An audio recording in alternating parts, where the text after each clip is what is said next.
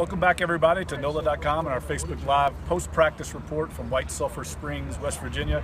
Josh Katzenstein, Jeff Duncan here, and I thought today was a little bit more of a grind for the team after yesterday's kind of spirited practice, but still I thought it was overall a really good workout. Yeah, a lot more hitting today, I would say. Obviously, second day in a row of practice as opposed to, coming back from the day off. That's sort of why the Saints have changed their practice schedule in camp here, because they don't want their most intense practice to be after a rest day.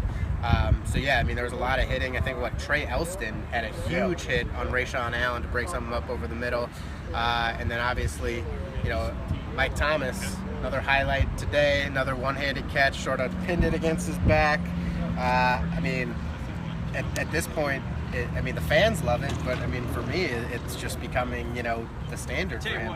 Yeah, the kid's legit. There's no doubt about it. It doesn't take a football scout to see the talent he has, and even the veteran players on the team are impressed with this young kid. The sky's the limit for him, and he's a different kind of receiver than they have. With Cook's speed receiver and Snead, obviously more of a possession-type guy, great route runner. They've got a really nice front threesome. And I tell you, it's something you're writing about today, and something I think is going to be one of the more difficult decisions that Sean Payton and his staff have to make is the running back position. They've got a bunch of good backs here.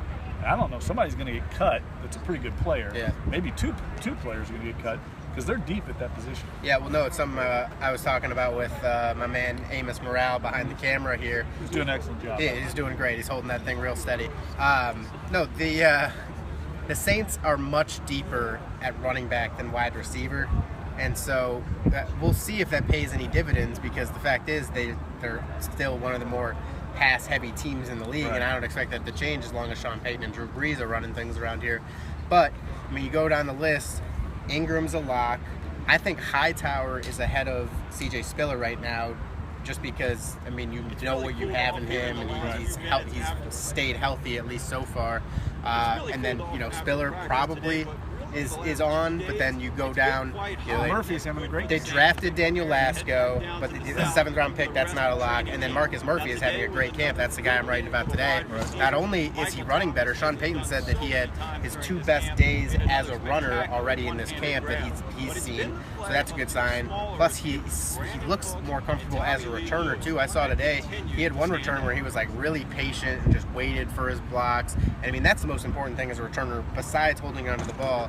And obviously, that's the one issue that it seems that he might have. Right, and switching gears a little bit, another thing that we'll be touching on today, we touched on yesterday in our very brief Facebook Live post, is Andrus Peat now I think his home is right guard. Yes. They've got Taron Armstead back at left tackle, and so hopefully this will allow him to, focus in on one position, not have to bounce around, because they're going to live and die with him at right guard. Yeah, and they're going to find out.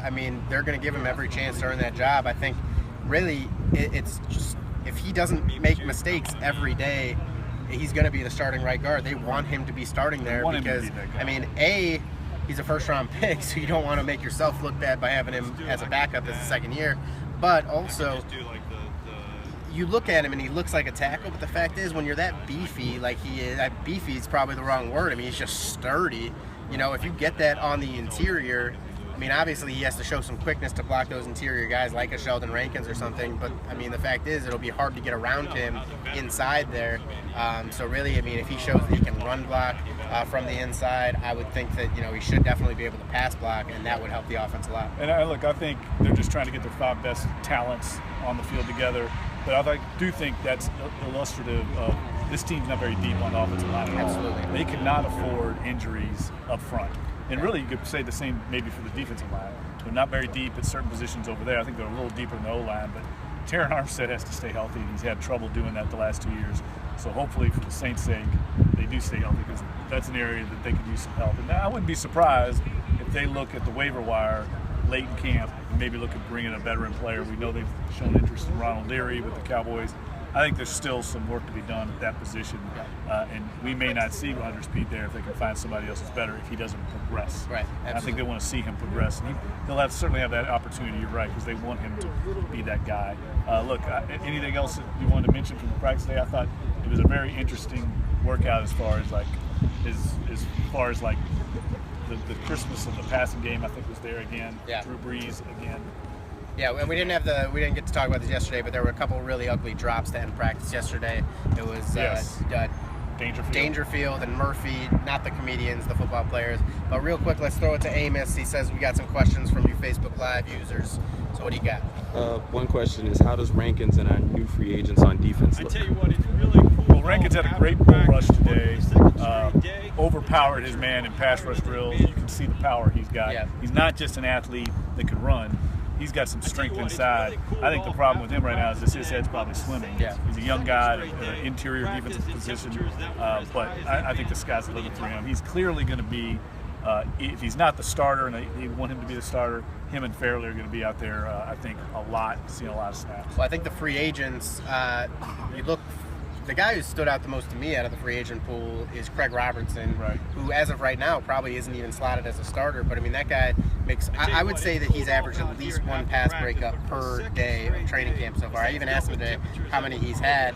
He's not keeping tally, but he's like enough to stay around. I mean, this is a guy who's a veteran. He played 4 years for the Browns, and obviously that doesn't make you think that he's going to be a star, but I mean, it shows that he knows what he's doing. Yeah, so he can play Will, he can play Mike, and really the reason I say him first is because James Laurinaitis has not been impressive to me. I mean, it seems like he maybe makes one play like every couple days of camp. I mean, and that's not why he's here. He's not a playmaker anymore. He's here to a reliable, and to call the plays and stuff, and that's what you need, especially after the way the defense went last year. But then Nick Fairley has been pretty good. He had a really nice bull rush today as well. And Eric Harris under the radar. The two safeties, Eric Harris, who you wouldn't necessarily consider a free agent because he's coming from the CFL. Roman Harper, you might not consider a free agent because he's coming back. But I think both those guys we could see getting snaps early in the season. Yeah, and I feel like Laurinaitis is going to be the quarterback of the defense. I don't think he's going to be a big playmaker. I don't expect him to be at this point. They want him to just get him in the right defense. That's been a theme throughout camp. Just don't beat yourselves. That's why Laurinaitis is starting at middle linebacker. He's going to be the Drew Brees of this defense. And the guy that's really, I think, totally kind of finding his way along is fourth-round draft pick David Onyemata. Oh, yeah. He's, I think, completely overwhelmed right now. He's a developmental prospect. I guess what I'm trying to say is lower your expectations for him. Yeah. I think it's going to be a redshirt year for him. He's coming in very raw prospect. You can see the ability. He's definitely playing him inside. He's not going to be playing in much. I think they figured out he's a defensive tackle, but I don't think he's going to be seeing much playing time this year unless they have a rash of injuries. So look, that's it for today. From Saints Camp, we'll be back again tomorrow right here at NOLA.com and at Facebook Live. So thanks for joining us, everybody. Have a great day.